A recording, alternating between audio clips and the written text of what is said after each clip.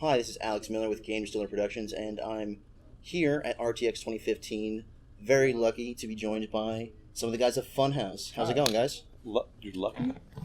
I'm feeling very lucky. Wow. Yeah. Okay. It's such an honor I know. to be called a source of luck. I don't think anybody's ever said that about me, personally, so thank you. I'm happy to be the first. Well, thanks for having us. Yeah, not a problem. So, how has it been? Last year you guys were here, artists formerly known as Inside Gaming. You had your own panel, a special guest, now fully fledged employees of this ever-growing media empire. How's it been?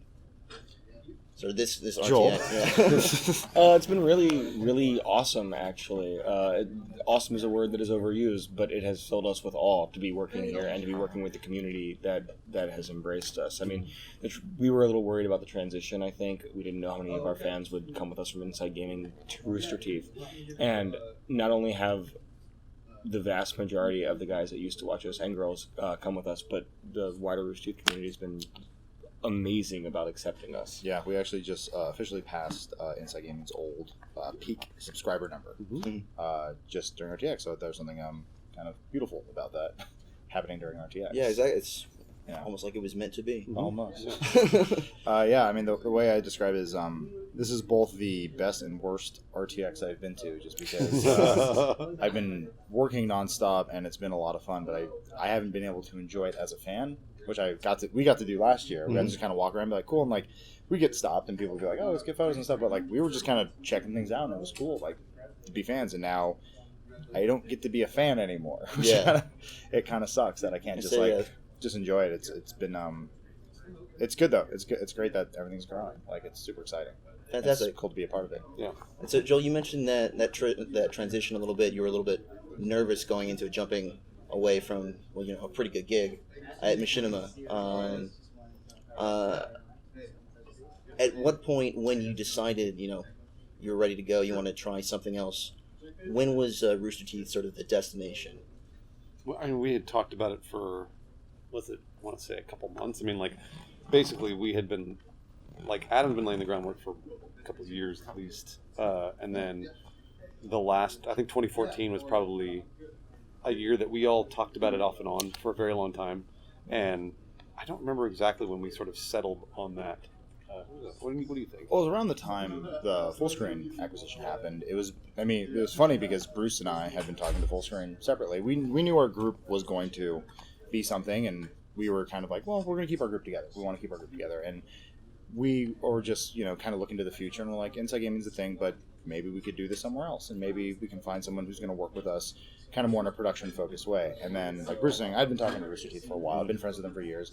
I came out to RTX one year, and I told all the guys, I'm like, you have to go to this event. It's crazy. It's amazing. We all went the next year, and we were like, wow, everyone there's really cool. Everyone really likes us. And then the full screen thing happened. I was like, oh, that's funny. We were talking to these two different sides. I mean, even at one time, Bruce and I had a meeting there, and we saw Bernie in the parking lot. And he's like, gotta go, bye. We're like, what is Bernie doing here? And then we're like, all right, moving on. Yeah. We never put two and two together. And then we're like, oh, okay. That was happening. And then once that happened, we're like, oh, now we can have an LA office. And was sort of what I had been talking to Rooster Teeth for a while about, was like, it's probably just going to be me sitting at a cubicle at one point, but once full screen came into play, we get the whole group over. And that's, like, the way I describe it is, like, basically we're in, like, year 0 right now. We're still, like, in the very early days of Rooster Teeth having an LA presence. So that's what's just super exciting right now. But that's around the time, the full screen thing happened. That's when the light bulb went off. Yeah, it was all kind of serendipity. The whole thing all Just sort of fell into place. Yeah, it really did.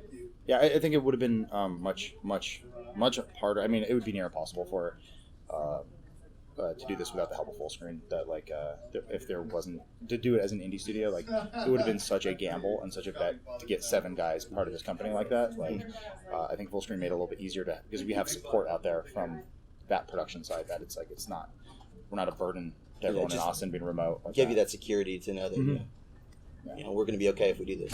Yeah, we very much are. Fantastic. And part of what you guys do is, obviously you did Inside Gaming Daily. It's a very popular show, reporting on the news, but you also did a lot with your Twitch streams and your gameplay videos. Has the two different sides of your channel, was that maybe easier to pitch it to full screen as we're going to be able to provide several different things? Yeah, I think that was one of the things that made us really appealing for them to bring on board, is the fact that,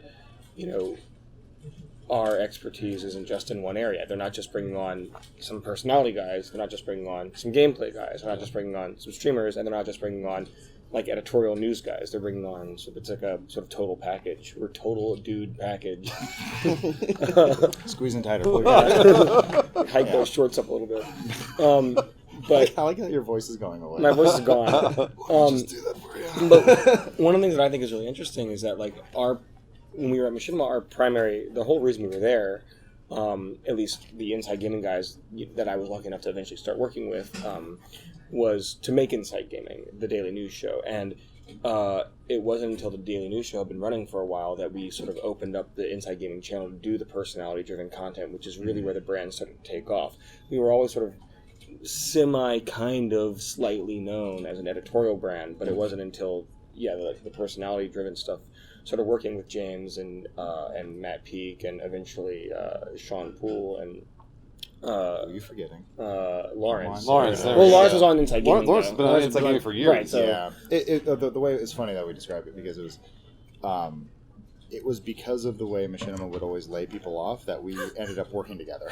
Yeah. It wasn't like we all looked at each other and said we should work together. It was like we were basically placed together. We're like, we were left. and we're like, well, how can we make this work? I remember, I just remember like thinking like this is never going to work.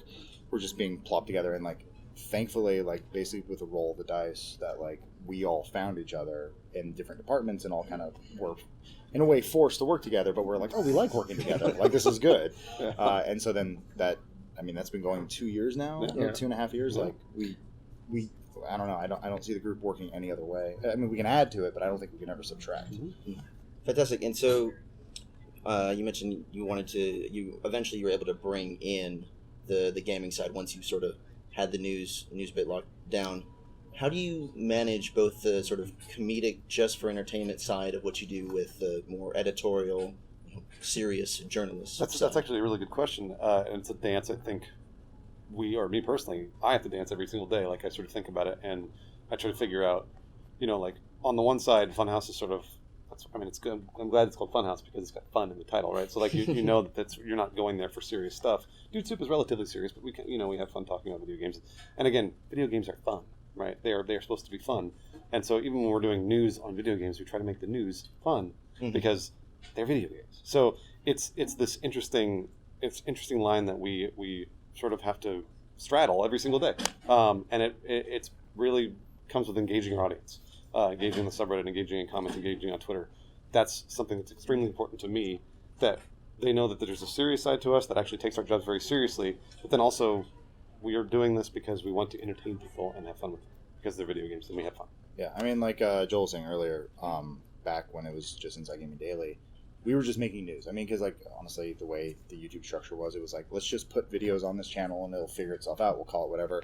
It wasn't until Bruce came on board and Joel was on board that we're like, well, we need our own channel because we started doing these like fun gameplay things, and Machinima was like, well, we don't want these on the main channel. Like, we don't want these. You put on your own channel. Like, okay, fine. And then we took this channel from like 0 to 100 in a couple months. No time flat. Yeah, I mean, and it was like Bruce. It was first it was just Bruce and I, and then we brought James on, and like we just started introducing pieces here and there, and like we have a formula that works, and it has been working out great. But I think that our roots basically comes from doing the news stuff, and we like doing the news. It's fun. Yeah. It's good stuff, and thankfully, Bruce had the know, and it was like, oh, we can continue You doing sort this of stuff. fit in there.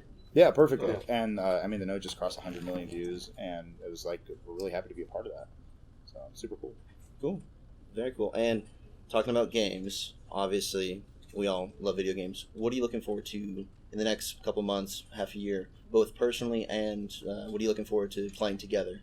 I'm curious what Joel thinks. Yeah, I'm also curious what Yeah. you think. Overwatch. Oh, okay, yeah, good that's answer. a good answer. Yeah. Also, I mean, I'm not traditionally a shooter guy, but I did play Battlefront at E3, and I had a really good time getting my ass kicked. So I'm looking forward to getting my ass kicked a little bit more. Those were both good answers because that's what I was going to say. I mean, like, Star Wars Battlefront, I'm absolutely the most excited about this year for me, just because I'm a huge Battlefield fan, and obviously I love Star Wars, so you combine the two. Works together perfectly. And there you go, yeah. That's definitely my most anticipated title of the year. Metal Gear Solid 5 and Fallout 4. Unfortunately, I have a job. Like, I kind of wish I was on. Like, there's the fact that the games are getting more open and more, like, looking at the Mother Base stuff that they're doing, Metal Gear Solid 5 and Blue Line. Also Halo 5.